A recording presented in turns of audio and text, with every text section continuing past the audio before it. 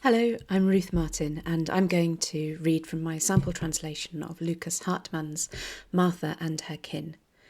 This is the start of the second chapter. Martha's father has died as the result of an accident at work, leaving the family destitute, and what happens to Martha and her 5 siblings after that is something that happened to poor children in Switzerland up to the 1960s, astonishingly, although it was largely unrecognised until 20 years ago, when some of those children decided to speak out. They were sent to foster families as child labourers and expected to earn their keep. So this is the start of Chapter 2, The Indentured Child. They are collected, one after another, by people who are kindly looking or sullen. A man from the parish is there each time. The children have to go, even if they don't know the people. Some are from other villages, but they are all men. The children are indentured, and that is another new word for Martha. Later she will think the word is right. This arrangement has teeth. Their mother has packed for them, rolling each sibling's few clothes into a bundle.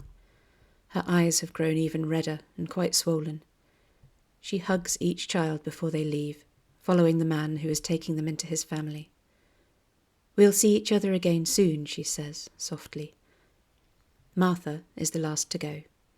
The man who fetches her is called Berne. He takes Martha by the hand and carries her bundle in the other. He came in a horse and cart, a 2-seater, and he helps Martha climb up. "If you behave yourself and work hard, you'll have a good life with us," he says, steering the horses with the reins. His head is a long way up. His voice booms almost like a low organ note. Until a few years ago, Martha's family had animals too, but because they needed so many medicines after her father's accident, they had to sell them. If 2 sympathetic neighbours had not given them beans and cabbage and left milk outside the door, they would have had to beg. Their mother cleaned the little milk churn with great care and left it outside the door again in the evening, gleaming.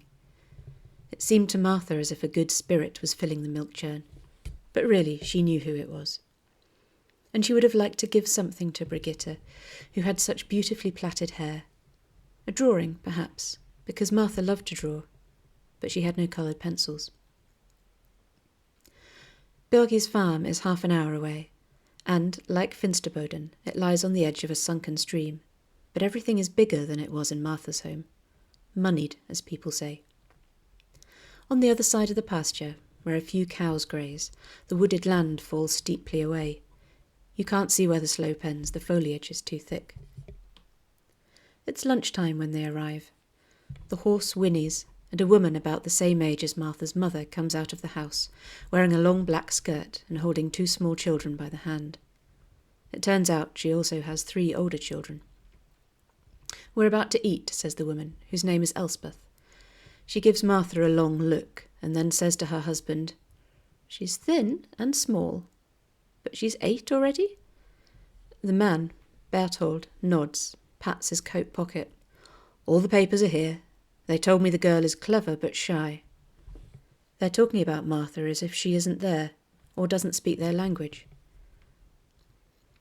She goes with them into the kitchen, where the children are sitting expectantly at the table. One of them is taller than the others, with a broad, flat face, and at the sight of her he emits whimpering sounds that don't alarm anyone but Martha. There is also a servant, who smiles to himself, and a maid who blinks constantly. Martha is the 10th person at the long table. She counts them up, and has to sit at the end on a chair not meant for a child, so her head only just reaches above the tabletop. "We've already prayed," says Elspeth. "No need to do it again." The farmer nods, sits down at the head of the table, and folds his hands for a moment all the same. He is served by the maid, who puts boiled potatoes on his plate. He takes bacon and sausage from the platter she holds out to him. The food travels from place to place, down to Martha, for whom 2 small potatoes are left, one of them hollow, the flesh gone. This is how it will always be, she thinks. I'm last in line. And if you want to find out what happens to Martha next, you can read the full sample on the New Books in German website. The link is just below.